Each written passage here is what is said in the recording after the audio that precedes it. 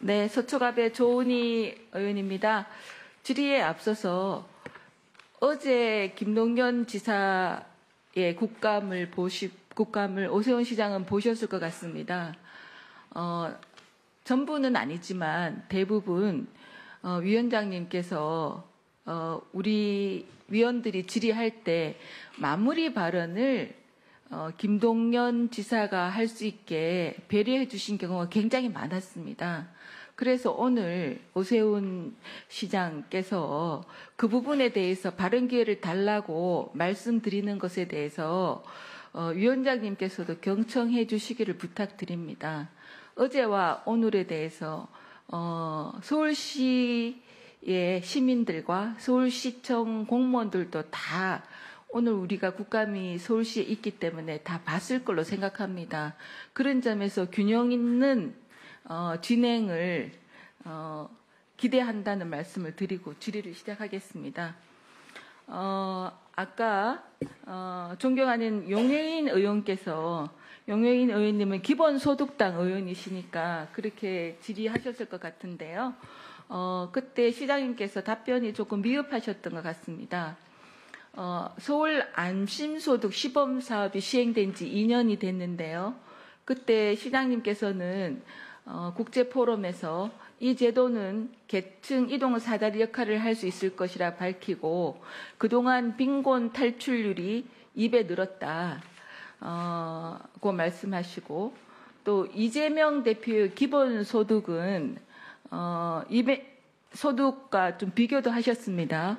근데 이재명 대표가 세금을 많이 내는 사람에게도 돈을 줘야 불만이 없다는 취지로 기본소득의 필요성을 강조한 것에 대해서 시장의 입장을 또 따로 피력하신 걸로 알고 있는데요.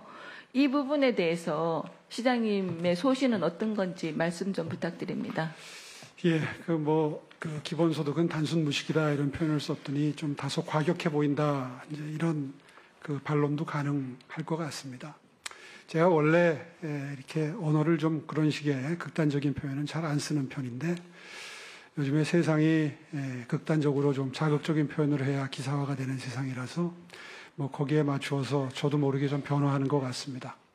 제가 왜 단순 무식이라는 표현을 썼느냐 하면은요. 한정된 재원을 가지고 어려운 사람들을 도움에 있어서 똑같이 전 국민에게 나눠주게 되면 아무래도 효율성이 떨어지겠죠. 그래서 어려운 사람들에게 하후 상박으로 그 생활비를 보조한다든가 하는 이 디딤돌 소득, 안심소득에 개명을 했는데요.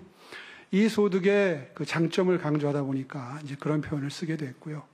다 아시다시피 지난 대선에서 이재명 후보께서 월 100만 원씩 해가지고 전 국민에게 똑같이 나눠준다는 걸 공약으로 내셨습니다. 네. 이제 그렇게 되면은 제가 그 수치가 생각이 정확히 안 나는데 50조인가 그렇게 들어갑니다.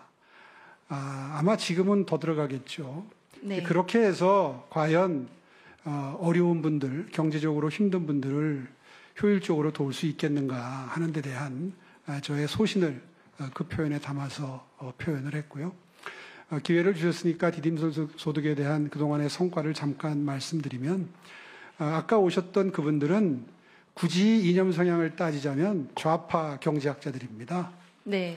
예, 그 좌파 경제학자들이 디딤돌 소득에 대해서 상당히 호감을 가지고 호평을 긍정적인 평가를 해주셨다. 그 이유는 매우 잘 설계되어 있다. 정교하다. 그리고 3년씩이나 장기간에 걸쳐서 실험을 하고 있기 때문에 그 결과가 매우 신뢰할 만해서 아마 전 세계가 지켜보고 있는 전 세계가 이걸 벤치마킹 할 만하다. 이런 취지의 장점에 대한 평가가 있었습니다.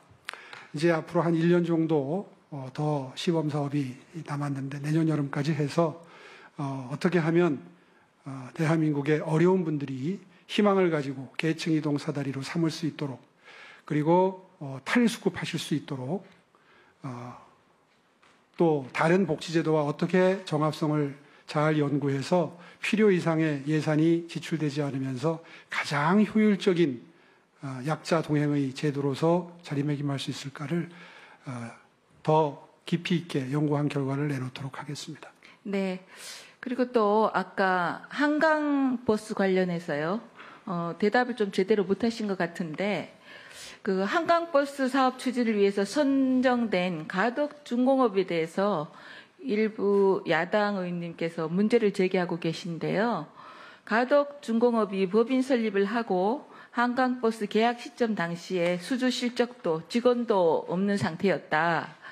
건조할 능력이 있는가 하는 의문을 품고 있는데 업체 선정에 대한 문제 제기에 대해서 어떤 입장을 갖고 계신지 좀 말씀해 주십시오. 예, 뭐 시간만 충분히 주시면 왜 문제가 전혀 없는지를 충분히 설명드릴 수 있습니다만은 뭐 거기에 시간을 할애한다기보다는 아까 뭐 이 너무 다른 교통수단과 연계하는데 시간이 오래 걸린다는 취지의 질의하신 의원님의 그 지적이 있었습니다. 현장에 임해서 그런 문제들을 최대한 해결하기 위해서 노력을 했고요. 뭐 이 사업에 대해서 관심을 가지고 애정을 가지고 비판해 주시는 것은 뭐 감사하게 생각합니다만은 판가름은 내년에 날 겁니다. 내년 봄부터 운행이 시작이 됩니다. 지금 여러 가지 문제 제기에도 불구하고 순조롭게 배를 건조하는 작업이 진행 중에 있고요.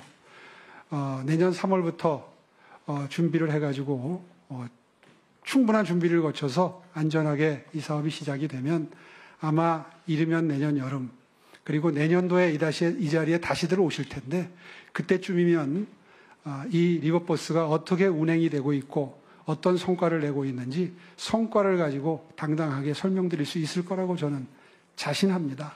그런 의미에서 오늘 아마 많은 의원님들이 질의를 준비하신 걸로 아는데 글쎄요, 질의하고 하시는 것은 뭐 충분히 자유입니다만은 이 사업이 시행을 목전에 두고 있는 만큼 그 결과를 가지고 내년도에 건설적인 토론이 이루어질 수 있으면 하는 바람을 갖고 있습니다. 네. 네.